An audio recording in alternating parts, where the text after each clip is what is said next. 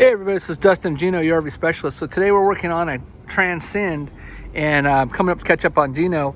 Basically what he's going to be doing is he's going to be removing all of the suspension components. He's going to upgrade it to the Dexter Easy Flex kit, which he has already laid out here and partially assembled.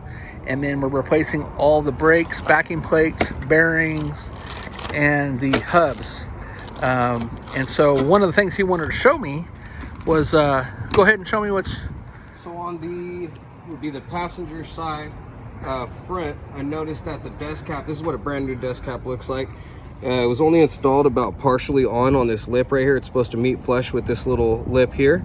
It was only installed about halfway on. This is what the one that I removed actually looks like. Oh yeah, it was all beat up. Yeah, now this is compromising everything that's hidden behind this dust cover, which is everything that's holding your components together when it comes to your brakes, your bearings, your grease seals, and everything like that. You do not want debris getting in there, and this guy was not sealing it.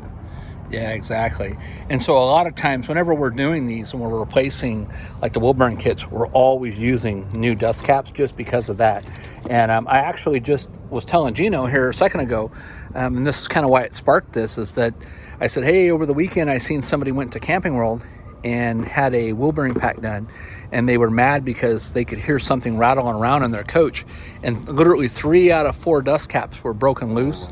I asked them to share it in one of our Facebook groups. I don't remember which brand of coach it was, but that's exactly what happened. Yeah, is they probably didn't replace with a new dust cap. Exactly. And they went with an old one. So you can see how bad, if you're looking at these two guys, see how this one's nice and round and center, and how this one's been beat up. That didn't happen just last week either. Yeah, and that's been a lot of where they've been pulled off and on.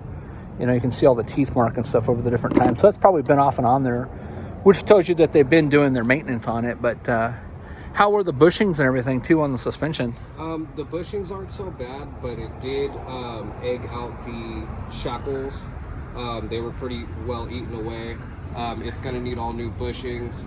And then this probably actually ended up causing a little bit more wear and tear when it came to the drum and the backing plate as well. Yeah. On this one in particular, that one was probably by far the worst out of all 4 on this trailer too. So. Very cool.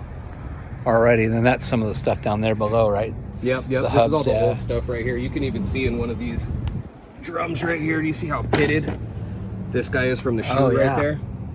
Let me zoom in a little bit. Yeah, I see how scarred it is. I see the other ones down there too. And even the face right here where the magnet goes, if you kind of see it at the right angle, yeah, you could see how bad that groove is right here as well. Yep. You know, so this guy, you know, this this is one of the minor things, but he needed a major overhaul on this guy. It was due. Yep.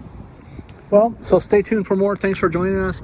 If you haven't already checked out our Grand Design RV Owners in the RV Shop with Dustin, we encourage you to do so.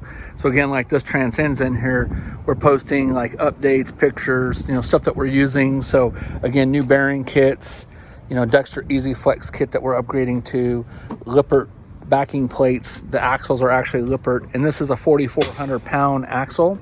And so the leaf springs are still in good shape, so we're going to be reusing those. And again, hey Gino, will you hand me one of the shackle links just so I can show them real quick? That's fine. Yeah. You see the bolts? Yeah, the bolts aren't even hold it from the spline. So you can see here that the bolts are all worn out, that the spline is all worn out, and then it's oblonged. And again, what I wanted to show you was basically to go back again on the thickness, right? So look how thick, look how much thicker. These are almost 2.5 times the size, and so the odds of them wearing out is bad. It doesn't really happen. It's real rare that we see them. You know, at that point, if an owner's not, you know, greasing the grease certs on them and is not replacing the